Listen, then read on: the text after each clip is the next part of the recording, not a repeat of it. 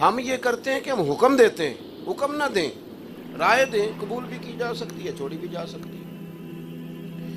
سب کے مشورے حضور نے چھوڑ دی۔ حضرت سلمان فارسی رضی اللہ تعالیٰ عنہ نے عرض کی، یا رسول اللہ صلی اللہ تعالیٰ علیہ وسلم، ہمارے علاقے میں یوں ہوتا ہے کہ خندق کھودی جاتی ہے بڑی کر کے، چوڑی خندق، اس میں آگ جلاتے ہیں، اور اتنی چوڑی ہوتی ہے کہ تیز رفتار سے بھی گھوڑا دوڑا ہوا ہے تو گھوڑا اسے پھلانگ نہ سکے۔ حضور نے رائے پسند کی، لیکن اب یہ خندق کھودنا آسان نہیں تھا، بھوک کے عالم میں کھودنی ہے، قحط میں کھودنی ہے، اور کوئی اس طرح کی نرم زمین نہیں، پتھروں والی زمین اور چٹیل زمین، اس کو کھودنا ہے، مشکل کام ہے بظاہر، بڑی مقدس ہے، بڑی نورانی ہے، بڑی کرم والی ہے۔ حضور نے فرمایا چلو بھائی، اب یہ نہیں کہ کارکنی کام کریں گے، شاگردی کام کریں گے، مرید ہی کریں گے، کوئی مسئلہ نہیں، پیر صاحب بھی اگر کسی وقت اپنے گھر کے سبزی کا شاپر اٹھا لے تو مسئلہ کوئی نہیں، اگر پیر صاحب کبھی مسجد میں جھاڑو دے لیں تو حرج والی بات، کیونکہ اٹھ نہ فریدا ستیا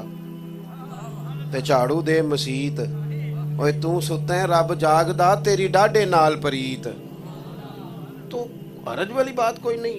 اللہ کے محبوب علیہ السلام نے جہاں صحابہ کو حکم دیا وہاں خود بھی حضور نے کام کیا، بلکہ صحابہ فرماتے ہیں کہ جو چٹان ہم سے نہیں ٹوٹتی تھی، کریم فرماتے تھے مجھے دو تھوڑا، میں تمہیں توڑ کے دیتا ہوں۔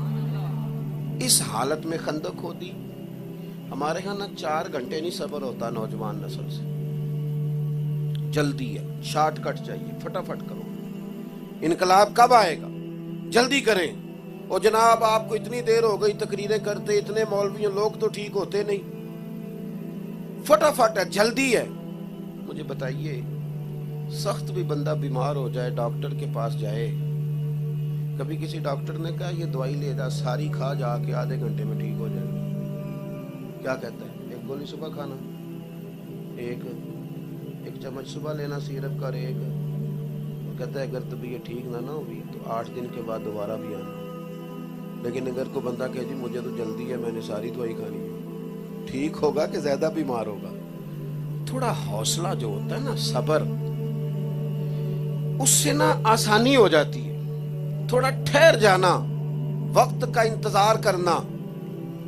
اگر کوئی شخص دوپہر کو شدید احتجاج کرے نا، مجھے گرمی لگ رہی ہے، تو اس کے احتجاج کرنے سے دوپہر کو 12 بجے مغرب کا ٹائم نہیں ہونا، شام اپنے وقت پہ جا کے ہوگی۔ لہذا شدت نہیں دکھائیں، حوصلہ، صبر، تحمل، بردباری، یہ حسن ہے زندگی کا۔ کتنے دن یہ محاصرہ رہا، وہ آ کے بیٹھ گئے، کفار، خندق کھود لی گئی، کتنے دن رہا؟ 1 مہینہ پورا۔ 3 گھنٹے نہیں لوگ صبر کر سکتے، گھر میں بیٹھنا پڑے تو 1 مہینہ انہوں نے مدینہ طیبہ کا محاصرہ کیا، اور رسول پاک علیہ السلام کے صحابہ نے پیٹ پر پتھر باندھے اور حضور نے ان کی قیادت کی۔ جب مہینہ پورا گزر گیا نا، تو وہ جو ایک دوسرے کو کہہ کے لائے تھے نا کہ چلو حملہ کرتے ہیں، جیتیں گے، وہ ایک دوسرے کو کہنے لگے تو غدار ہے، وہ کہنے لگا تو غدار ہے، وہ کہتا تو غدار ہے، تو نے ہمیں کہا تھا چل چلیں، تم زبردستی لائے تھے۔ وہ ایک دوسرے کو برا بھلا کہنے لگے، ہوائیں تیز چلیں، خائب و خاسر ہو کے مدینہ طیبہ سے واپس لوٹ گئے۔ اس سارے ماحول میں محبوب یوں ڈٹ کے کھڑے ہوئے کہ وہ ہماری طرح کے لوگ جو ذرا ذرا سی باتوں پہ گھبرا جاتے ہیں نا، رب نے ان سے فرمایا لَقَدْ كَانَ لَكُمْ فِي رَسُولِ اللَّهِ أُسْوَةٌ حَسَنَةٌ، یہ دیکھو نا، ادھر آؤ نا، یہ دیکھو تمہارے لیے میرے نبی کی زندگی بہترین نمونہ۔ تھوڑا سا زندگی میں ٹھہراؤ، تھوڑا صبر، تھوڑا حوصلہ، معاملہ فہمی، بغور چیزوں کو دیکھنا۔ 3-4 چیزیں نبی پاک علیہ السلام کی سیرت سے ضرور سیکھیں، ضرور، اور کبھی ان کو فراموش نہ کریں۔ ایک تو حضور کی سیرت ہمیں بتاتی ہے کہ رویوں کو ہمیشہ مثبت رکھیں۔ یہ جو منفی سوچیں ہوتی ہیں نا، منفی، ہمارے ملک کا بھلا کیا حال کیا لوگوں نے، وہ جی عوام لڑتی ہے، سیاستدان کھا گئے، بیوروکریٹس برے ہیں، اور کچھ لوگوں کا حال یہ ہے کہ جب تک ان کے حق میں چیزیں تھیں ساری ٹھیک تھیں، اور جب تک سے ان کے حق سے اتری ہیں تو پھر ساری چیزیں خراب ہو گئی ہیں۔ جب تک کوئی میرے حق میں ہے وہ بالکل ٹھیک ہے، اور جب ذرا میرے حق میں نہیں ہے پھر وہ بالکل ذاتیات کے جھگڑے، پوری دنیا میں ہم نے یہ ماحول بنایا ہے کہ شہر میں ملک سے باہر تھا ایک دفعہ، مجھے ایک صاحب کہنے لگے پاکستان میں تو بڑی خود غرضی ہے، بڑے لوگ خود غرض ہیں، بڑی خود پسندی ہے. میں کہ تینوں اتنے بہ کے میں پتا ہے، ہمارے ہاں تو یہ ابھی کل سیلاب آیا ہے. ہم لوگ گراؤنڈ پہ تھے، ہم نے خود دیکھا ہے جن بیٹیوں نے مشین پہ، سلائی مشین پہ بیٹھ کے جہیز بنایا تھا نا، خود غریب باپ کی بیٹی، اس نے بھی کہا یہ میرے سارے بستر لے جاؤ، سیلاب والوں کو دے دو، میں 3 کپڑوں میں گزارا کر لوں گی. اس قوم میں سنیں جی، اللہ جزا دے، توجہ کیجئے گا. ایک بچے کو خون، ایک بزرگ کو خون کی بوتل کی ضرورت ہوتی ہے، 13 بچے گلی میں کھڑے ہوتے ہیں کہ ہم حاضر ہیں. اس قوم کا دوسرا رخ بھی تو کبھی دیکھو نا، ان کی محبت دیکھو، شوق دیکھو، وارفتگی دیکھو، درد دیکھو. یہ دیکھیں ٹھنڈ ہے، میری بھی کچھ طبیعت کچھ دنوں سے ٹھیک نہیں ہے، لیکن آپ دیکھیں کتنی بڑی تعداد میں، اور جوانوں کی تعداد زیادہ ہے.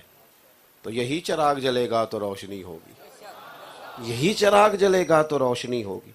اللہ کے محبوب کی زندگی میں جو رویوں کا مثبت پن ہے نا، مثبت، ہم نا بڑی جلدی مایوس ہو جاتے ہیں، پریشان باتیں کرتے ہیں، فلانا بھی برا، فلانا بھی برا، فلانا بھی غلط. اس سے خرابی پیدا ہوتی. ہاں کوئی بندہ بد عقیدہ ہو تو ضرور اس کے بارے میں طبیعت سخت کریں، لیکن باقی ذرا نا اپنے رویوں کو مثبت، طبیعت کو مثبت. آپ دیکھیں حضور علیہ الصلوۃ والسلام کفار کے ساتھ اور ان کے معاملے میں جب بات کرتے تھے تو اس طرح کرتے تھے جس طرح کسی ناسمجھ بچے کے بارے میں بات نہیں کی جاتی.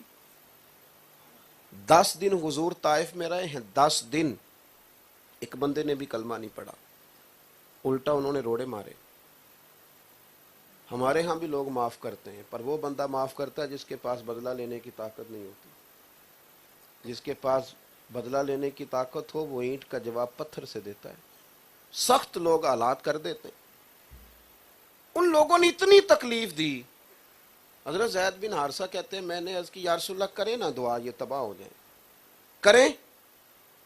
اور میرے بھائی ہمارے ہاں جو اپنے دشمن کو تباہ کر سکتا ہو وہ کبھی باز الا ماشاءاللہ نہیں آتا. یا رسول اللہ کریں دعا. حضور نے ہاتھ اٹھائے. حضرت زید کہتے ہیں میں سمجھ گیا اب تو تباہ ہوئے ہی ہوئے.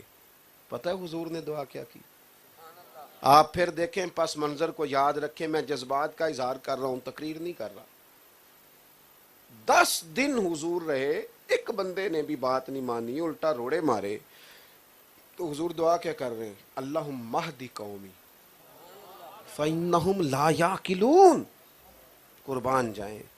اس طرح انسان چھوٹے بچے کو کہتا ہے نا انہوں تو مجھے پتہ ہی نہیں، وہ چہرہ بہا لے. حضور کیا فرمانے لگے؟ کہا اے اللہ میری قوم کو ہدایت دے دے، انہیں پتہ ہی نہیں یہ کیا کر رہے ہیں.